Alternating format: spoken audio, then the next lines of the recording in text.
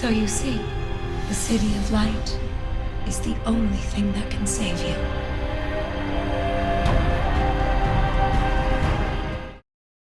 Season 3 of The 100 continued to impressively evolve. I've just binge watched the whole of Season 3 in about a week or so, and I gotta tell you, its finale is perhaps its best instalment to date. The whole season in truth was very strong, especially its second half. I still think Season 2 might just top it overall, but regardless, Season 3 was another example of how great this show can be. It's not without its missteps, and there are a couple of big ones this year, but as an overall package, The 100 is a show that I would not hesitate to recommend to someone. Give it a go if you haven't seen it yet, you're likely to be pleasantly surprised.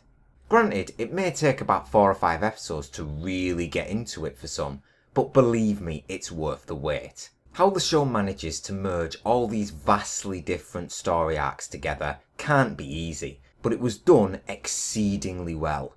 Clark was still flying solo, and the stories of Wan Hedda, the commander of Death's victory over the Mountain Men, had spread to the ears of all of the Grounder clans. They believed that in killing her would transfer her power into them, and she was bordering on Ice Nation territory.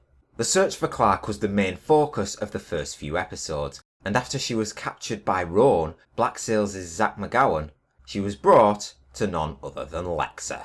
Their relationship last season was a key aspect to both characters. They both obviously cared for one another, but after Lexa left Clark and her people alone in Mount Weather, Clark felt utterly betrayed. And you can't really blame her. But I must admit, the mending of bridges between the pair was very pleasing to see. Lexa clearly regretted the choices she made to the extent of her betraying Clark. And Lexa bending a knee to her was a resounding moment which showed us that Lexa would never hurt Clark again. And whilst this in-depth story with the Grounders was going on, we found more ARC survivors from Farm Station led by Michael Beach's Pike. Pike instantly caused massive conflict within the group with his drastic, no-holds-barred vision for the Grounders. He believed it was kill or be killed, and his actions, along with Bellamy's, which I'll talk about a bit later, began to undermine what peace Clark was trying to achieve. The show succeeded in flying colours in making you absolutely detest Pike. Ugh! I hated the guy, probably more than anyone else on the show. Michael Beach did a wonderful job in a small space of time to propel Pike to the top of that hated list. His views just seemed so narrow and one-dimensional, and him along with 9 others massacring those 300 Grounders who were there to protect Sky Crew was a choice that could never be undone. I'll be honest, I was not expecting Pike to still be breathing in the finale. He was one tough bastard, and I was even more surprised when I actually thought he was gonna live to next season. But it was a fitting death to die at the hands of Octavia, who exacted her revenge for the death of Lincoln. Oh jeez, on the topic of hated characters, I've just remembered. Hannah. I'm sorry Monty, but God, I hated your mother. What a horrible, horrible person. And I was so glad when she died. She didn't get the painful death she deserved. It was a little disappointing actually, but her being gone was a firm tick within the win column. So as Pike was causing unrest in his new chancellorship and Lexa and Clark worked for a peace with everyone, we had the City of Light. The fanatic Jahar and his new beliefs alongside the ALIE, which we later learned was responsible for the devastation on Earth, became the biggest threat of them all. To me, Jahar looked to be being groomed as the big bad for the whole show, and it could still certainly go that way, but this year was the rise of ALIE, and it was frightening how quickly she gained her power. That story essentially was in the back seat compared to the Grounders and Pike's uprising, but at around the halfway point, ALIE and Jahar made their move. They quickly took control of Arcadia, chipping everyone inside it. They tortured those who resisted, subjecting mothers against daughters, and friends against friends, just to get people to take the key.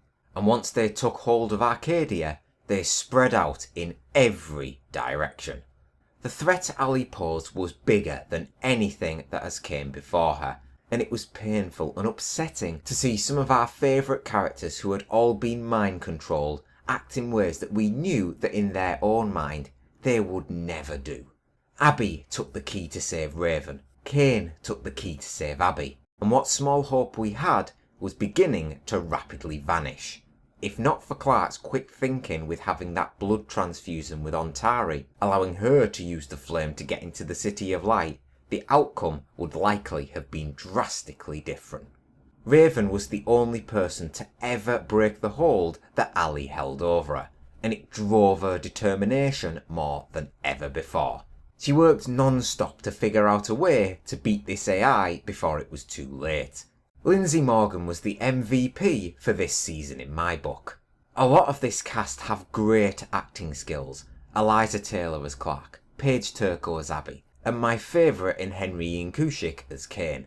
But Lindsay Morgan produced a stunning level of acting, with the standout being that Exorcist-esque segment where her friends were trying to get ALIE out of her head.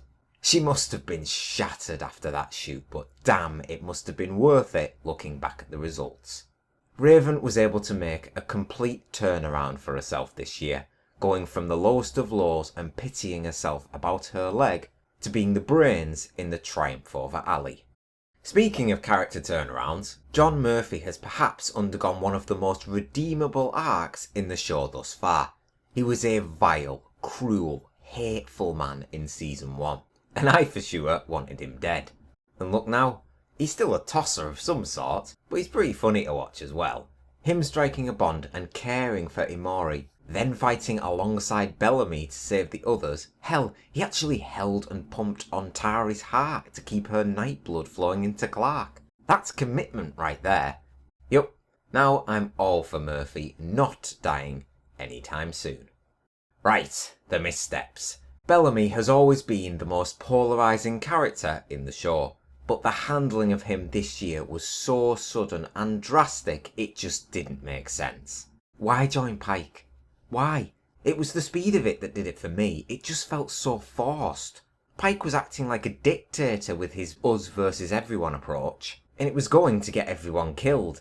Kane knew it, Octavia knew it, and the rest of us knew it, but no one could reach him, not even Clark. And by the time he eventually came to his senses, the damage was already done.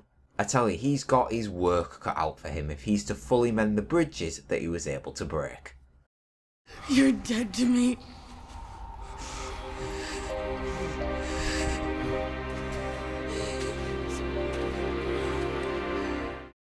Now, Lexa. Lexa was great. Alicia Debnam Kerry was great. So how did you feel about her death? And were you expecting it?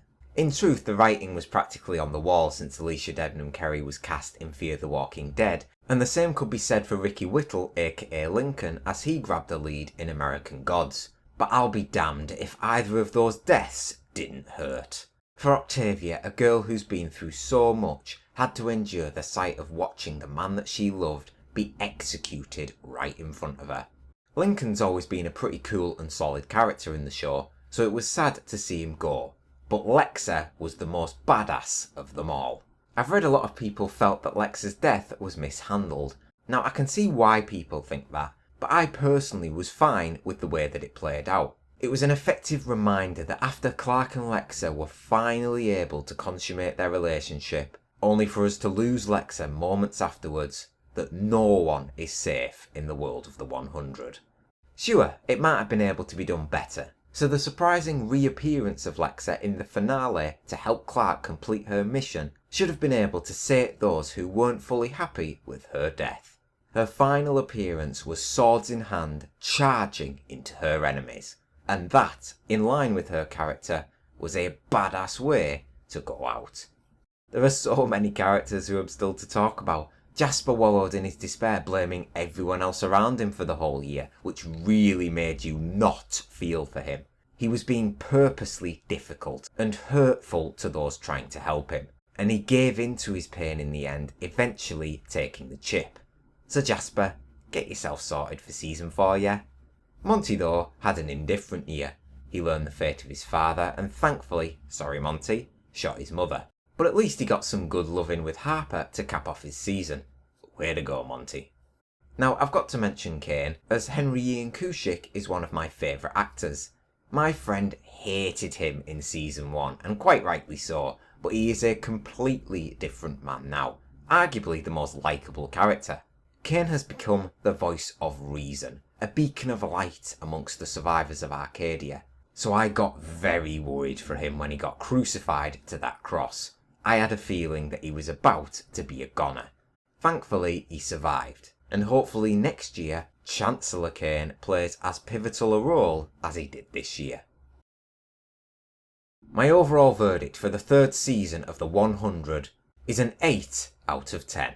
This post-apocalyptic sci-fi series is a show that is likely to fall under many people's radars, given the amount of high-quality TV that we've been having over the past couple of years. And if you're one of those people that's a bit undecided, and you find yourself with a week or two spare, go give this a try. It's a very binge-watchable show. It's fun to watch these dysfunctional survivors attempt to work together. It's a dark, grim, and unpredictable world. People talk about Game of Thrones killing off its cast left, right and centre, but the 100 matches it, if not beats it, in that regard. We lost Lexa, Lincoln, Pike, Sinclair, the list goes on. This is a dark show, and it goes to lengths which new viewers may not be expecting. Young Nightbloods all have their heads chopped off by Ontari for one, and Abby hung herself in front of Clark to try and get the passphrase for the flame. There's never much hope to be found in this world, but it's immensely enjoyable to see our favourite characters attempt to overcome the odds, which a lot of the time they fail to do so and have to work with what they've got. Each of the stories going on, even though massively different, are all still connected, and it's pretty rare for you to go a couple of episodes without getting a standout moment. Lexa vs Roan was absolutely fantastic, especially to showcase Lexa's fighting abilities.